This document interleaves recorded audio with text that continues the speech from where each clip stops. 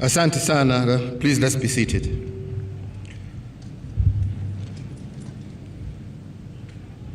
All protocols observed, ladies and gentlemen,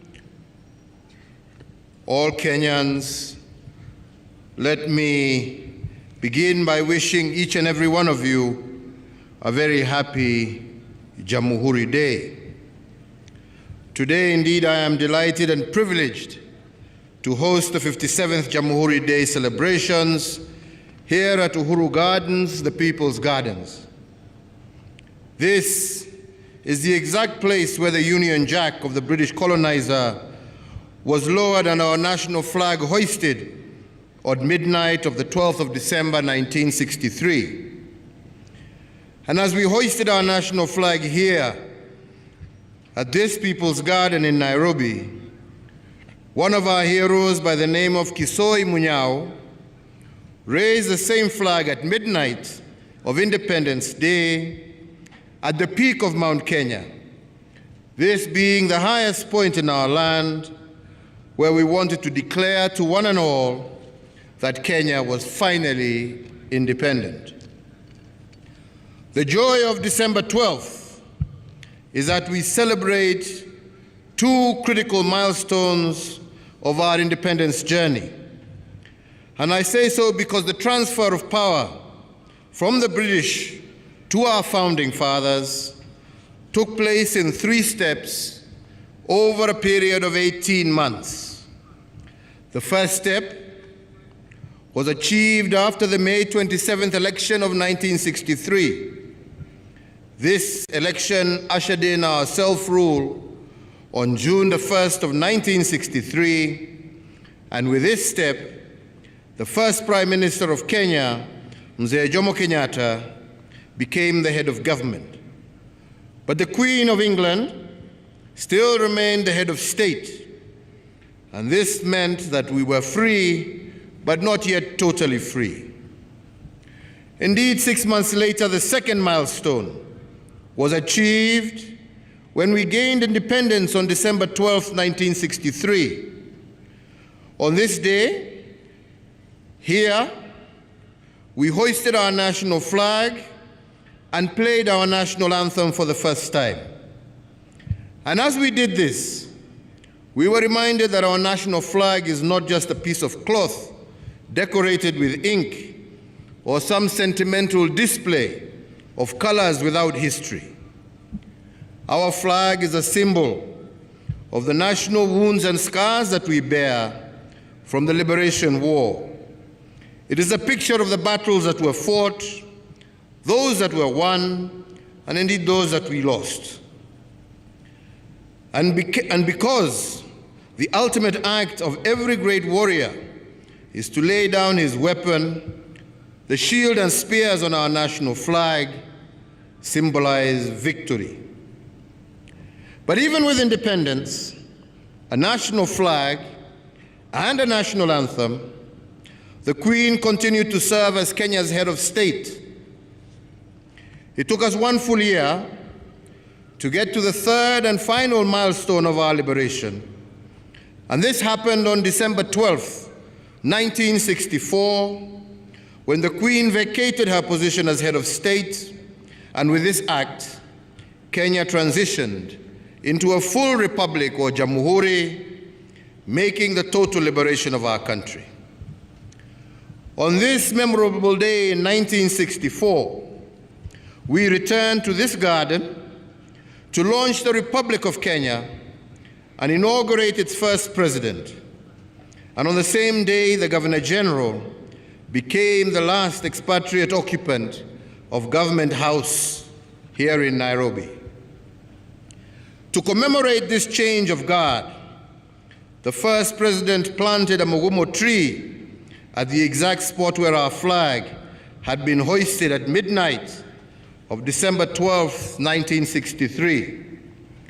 That 57-year-old tree still stands tall and proud to my right as a symbol of our struggle that dates back over 100 years.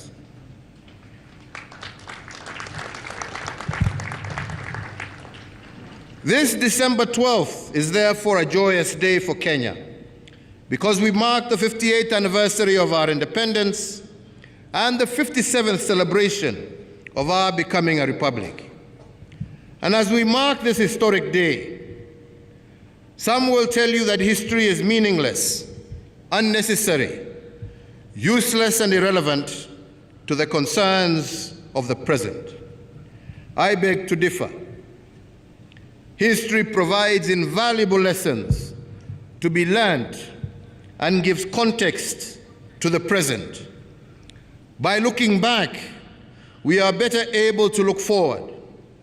Learning from the past means that we can build on its good, avoid its mistakes, and most importantly, it is a constant reminder of the ugly, so that even as we forgive, we must never forget. Fellow Kenyans, why did our founding fathers choose Uhuru Gardens as the place to celebrate Independence Day in 1963 and the Republic status in 1964?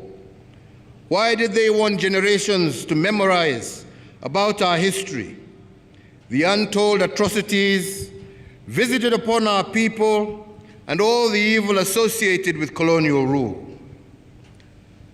This ground on which we stand today were at one time also known as the Langata concentration camp.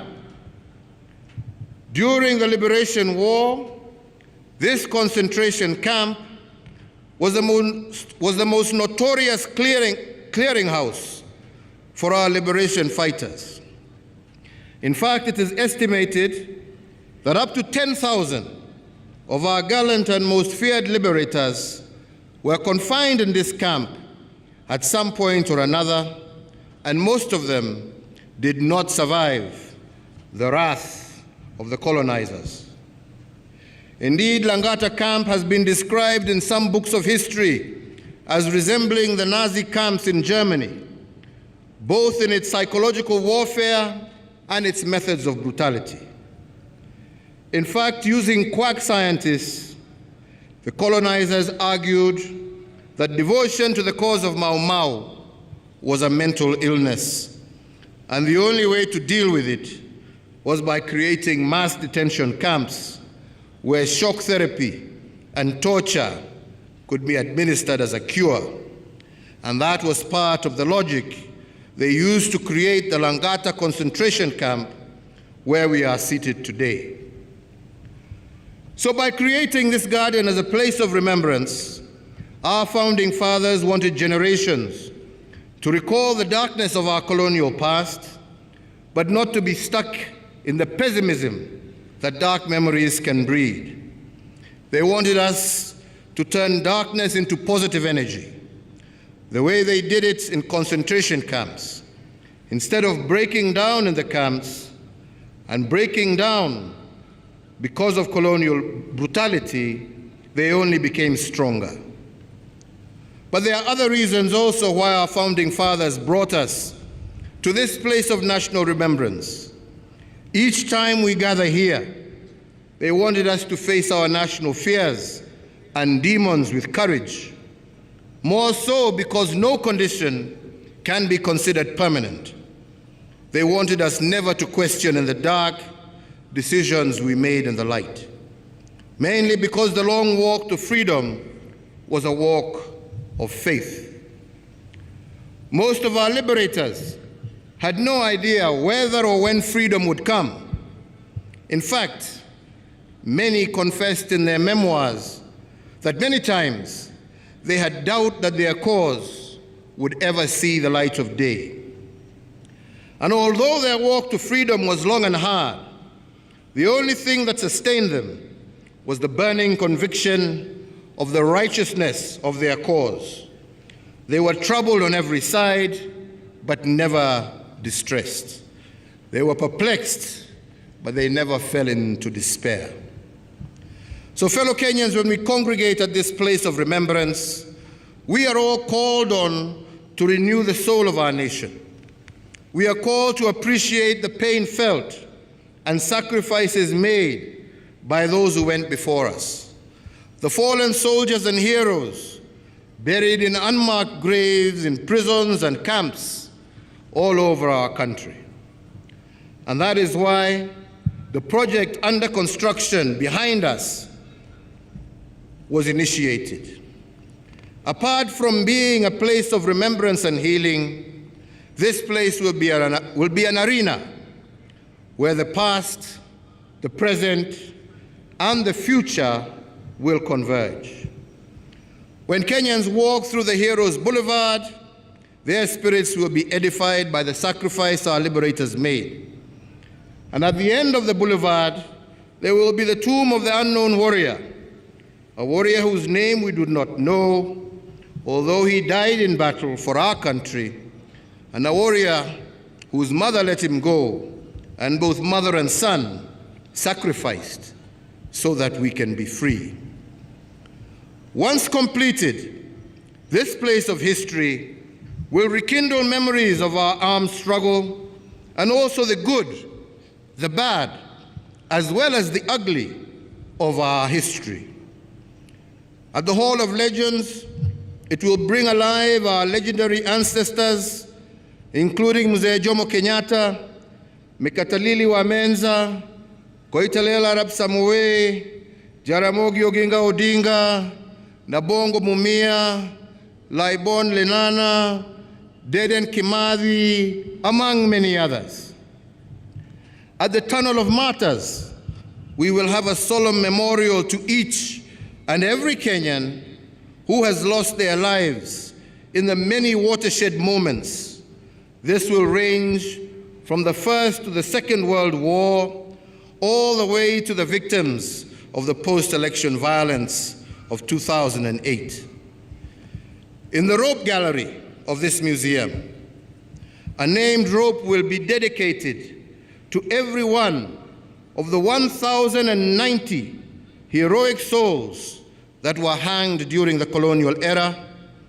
And at the Moments of Darkness gallery, we shall display the history of our country, of our lowest moments, the moments that we regret but are part of our history. But not all the galleries will be sad news.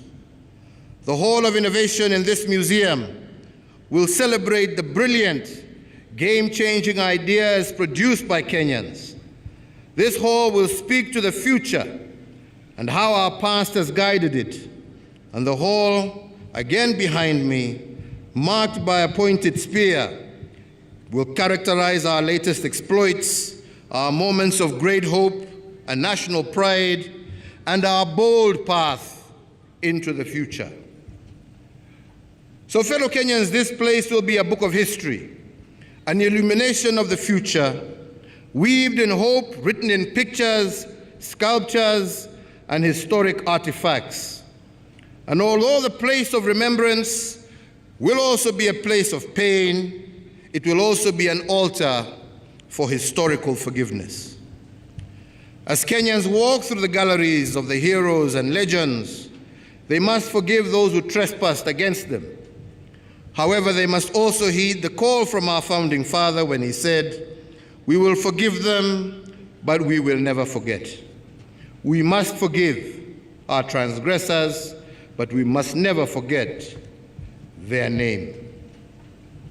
Fellow Kenyans, finally, our founding fathers brought us to this garden of remembrance to teach us that nation building is not a sprint, it is a relay. No single person or group of persons can make this undertaking alone. Liberation was achieved because it was a product of teamwork. And it must be recorded that the founding fathers were not a team because they worked together. They were a team because they reinforced each other and had deep respect and trust for one another. They taught us that nation building is like building a house. This endeavor is a product of teamwork and not individualism. They built a firm foundation for a prosperous Kenya. Others amongst them built the walls and others roofed the house. Everyone had a role to play, and no role was greater or lesser than the other.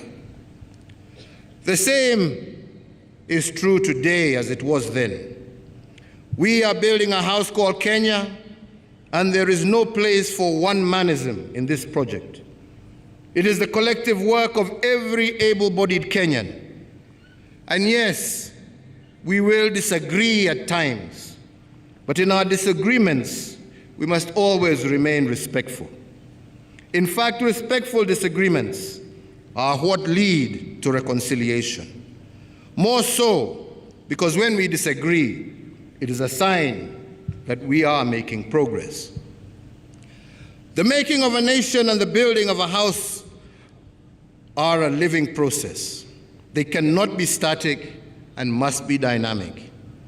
Errors are made sometimes, and renovations must correct them after the house is completed. Indeed, in the recent past, in December of 1991, it was established that the one-party system was a design error in our nationhood, and the advancement of the Republic had outlived its usefulness, and we made renovations and changed the system. In 2007, we ran into another defect in our nation-building project, and we discovered that the politics of exclusion, in which the winner takes all, was not good for our country, and we were bold enough to change our constitution and expand the executive in order to accommodate the excluded. And indeed, when the former Prime Minister, Right Honorable Raila Odinga, and I shook hands on March 8th of 2018, it was because we saw a crack on the wall of our nation. We had run 2 elections that costed the country in excess of 1 trillion shillings. These losses made us see that we were staring at a nation divided right in the middle. But because we had disagreed respectfully, we knew that this was a mark of progress, and though it was difficult, the necessity, the reason, and recognition that we as Kenyans need each other, nation before self, as our forefathers had taught us, to come together reinforced our resolve. Therefore, again, I will continue to say that we need to come together and mend the crack on the wall of our nation, and this, I believe, is what necessitated the First Amendment to our Constitution. And although it encountered some legal obstacles, I say again today that BBI is just a dream deferred. One day, someday, it will happen. Because just as the country cannot survive ethnic majoritarianism and exclusion, just in the same breath, it cannot survive unfair and skewed representation. This is a design defect, and we must fix it. Fellow Kenyans, the Garden of the People, therefore, is not just a place of remembrance. It was gifted to us as a place where generations shall tell stories of where we have come from, where we are, and indeed where we are going. It is an arena of truth, narrated before God, verified by history, and reinforced by the acts of our founding fathers and each and every one of us as we move through life. And it is a convergence point between our past, our present. It must also, therefore, be our guide for the future. Allow me, as I conclude, to give a thought towards that future. If the Asian tigers were at the same level of development as Kenya in 1963, and I remind Kenyans that our country, our nation, actually lent South Korea money to implement its development plan in 1963. The question we therefore must ask ourselves is what happened? Why were we unable to develop as fast as those did?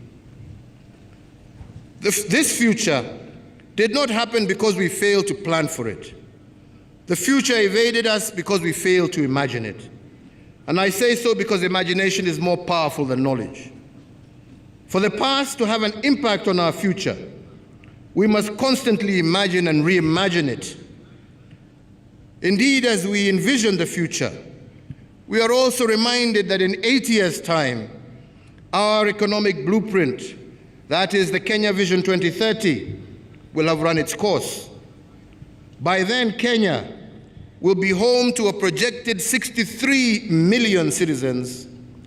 And as Kenya turns 100 in the year 2063, we will be home to 100 million citizens. For us to secure the elusive shared prosperity and intergenerational equity, we must be bold in our imagination of Kenya at 100. But our imagination cannot follow the popular path. It must follow the bold path. And indeed, Vision 2063 must be a bold imagination of what Kenya will be at 100 years. The solemn duty of framing how this vision looks is the task of our generation. Indeed, as our children will walk through the Boulevard of Heroes in this park and play in the Pavilion of Reflection, what account of ourselves will we have left in this unedited place of history? It must be written in this unedited book of history that we chose the bold path over the popular path. Indeed, as it is said, the lion is not the strongest animal in the savannah, neither is it the biggest, neither is it the shrewdest, but it is the boldest, and that is why it is the king. Indeed, it is for this very same reason that it is said that an army of sheep led by a lion can defeat an army of lions led by a sheep.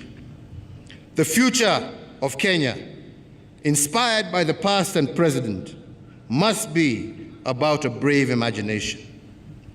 That is why today I congratulate the young men and women of the 19th Battalion of the Kenya Rifles, to whom I have presented the presidential and regimental colors today.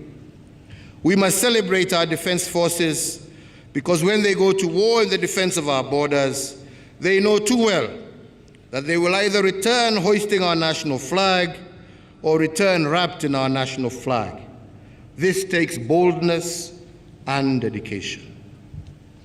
So, fellow Kenyans, as I now end my address, I want to remind of a promise I made on the 20th of October 2021, where I directed the Ministry of Energy to fast-track the implementation of the recommendations of the Presidential Task Force on Power Purchase Agreements.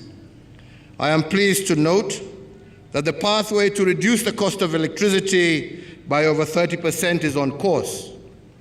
In honor of this pledge to the nation, and response to the concerns of the high cost of electricity raised both by individual customers and enterprises, I am pleased to announce to the nation that the reduction of the cost of electricity will be implemented in 2 tranches of 15% each, with the first 15% achieved through initial actions focusing on system and commercial losses, and this will be reflected in people's bills in December of this year. A further 15% reduction will happen in the first quarter of 2022. In realizing the second tranche of reduction in power bills, I note that the Ministry of Energy and other government departments have initiated engagement with independent power producers aimed at renegotiation of power purchase agreements so as to give our country better value for money for our consumers. I urge the power producers to demonstrate goodwill as we seek to make our energy sector a greater catalyst of our national development. So as we move to the new year 2022, I would wish to leave you with the words of our founding president as he wished our new republic a Merry Christmas 57 years ago. And in it he urged our good men and women to be of service to their fellow countrymen. And indeed his New Year message was, and I quote, "Let everyone who is educated teach others to read and write. Let every man who is healthy help a man who is sick. Let every man who has work find some prospect for a man that is poor and not employed. Let service be our inspiration for the future," end of quote. And with this message, I wish you all a Merry Christmas and a prosperous 2022. Asanteni sana wenzangu. Leo nimesema sitaongea mengi. Juzi nilipata nafasi kule bunge ya kutaja mambo mbalimbali ambayo serikali ambayo naiongoza tumeweza kuyatenda. Siku ya leo ni siku ya kukumbuka mashujaa, wale ambao walipigania uhuru wa taifa hili letu la Kenya, wale ambao wamepigania demokrasi ya taifa hili letu la Kenya. Na hapa ambapo tulipo ni pahali ambapo patasaidia sisi kama Wakenya kujikumbusha mema na mazuri ambayo tumeweza kuyatenda, yale mabaya ambayo tumepitia na ambayo tuwatakikana tusome ndio tusirudie, na pia yale maovu ambayo yametendeka, ambaye lazima kama nchi tujikinge na tuhakikishe ya kwamba hatuwezi tena kurudi kwa umwagikaji wa damu. Ningependa nichukue fursa hii kushukuru wote ambao tumefanya kazi pamoja na wao katika huu mradi wa kujenga hii Uhuru Gardens. Nianze kwanza kwa kushukuru jeshi letu kupitia wewe CDF na wenzako. Jeshi limejikaza kabisa pamoja na wengine, na tujue ya kwamba hata ule mtu ambaye amechora na wale ambao wamekuwa ma-engineers wote ni wananchi na watoto wa jamhuri hii yetu ya Kenya, na tunawashukuru na tunasema ya kwamba mbele ya mwezi wa 4 mwaka ujao tutarudi hapa kufungua museum ambayo iko hapa na kufungua hii uwanja kikamili kwa wale wote, wananchi wote, watoto wa shule bila malipo waweze kutembea, wajionee historia yao, wajionee pahali ambapo wametoka, wajifunze kutoka babu zetu, na waweze kujua pahali ambapo wangependa kupeleka nchi hii. Ningefanya makosa kama singemshukuru moja kati yetu hapa ambaye tumekuwa tukiongea na yeye kutoka miezi karibu 14 wakati nilianza hii project ya Uhuru Gardens, ambaye tumetembea na yeye hapa sana na amenipatia mawaidha. Mheshimiwa Raila Odinga, nasema asante sana kwa yale ambayo umetusaidia kutenda. Naonekana hawa wazee wanataka uwaongeleshe, kuja uwasalimie jameni.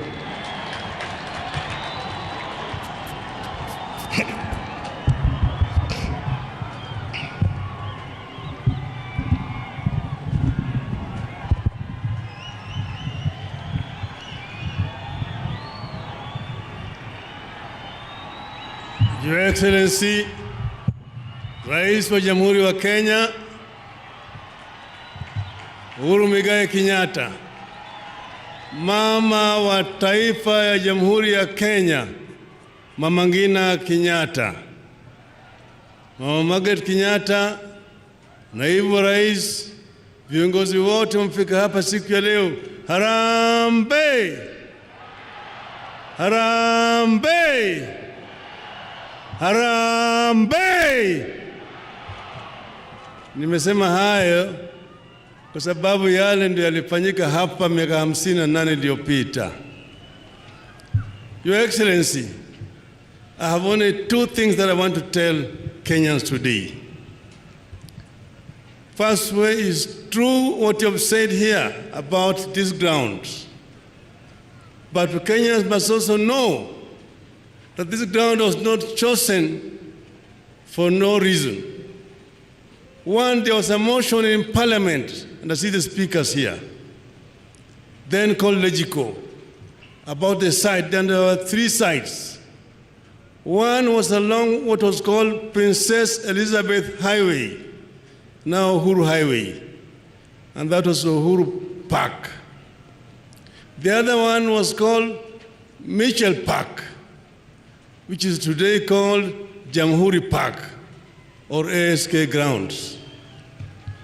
This one here was called open ground next to Nairobi Dam. This one was chosen because it was a concentration camp where, as the president has said, freedom fighters were tortured, like they were tortured in Hitler's Auschwitz and Buchenwald.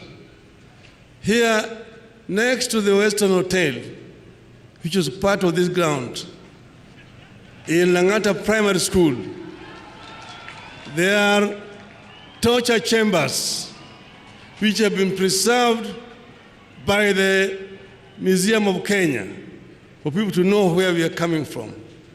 Your Excellency, what you've done here is great. I'd asked you when you went to Namibia to go and look at what they have done. When you came back, you told me, we will do better. We will actually come up with the best in Africa. How we are going to remember our past. There are those who say, forget about the past. We want to look at the future. The past is very important because if you don't look at the past, you are likely to repeat the same mistakes made in the past. And here, Your Excellency, you say that you want history unedited here. People will come to know who Wayaki Wahinga was, who Harithuku was, and so many of those our heroes here. Many of Kenyan patriots have worked here. Historians, geologists, anthropologists, political scientists, architects, engineers have worked here. And people are going to be surprised at what you've done here. It shows your vision for this nation, of our country.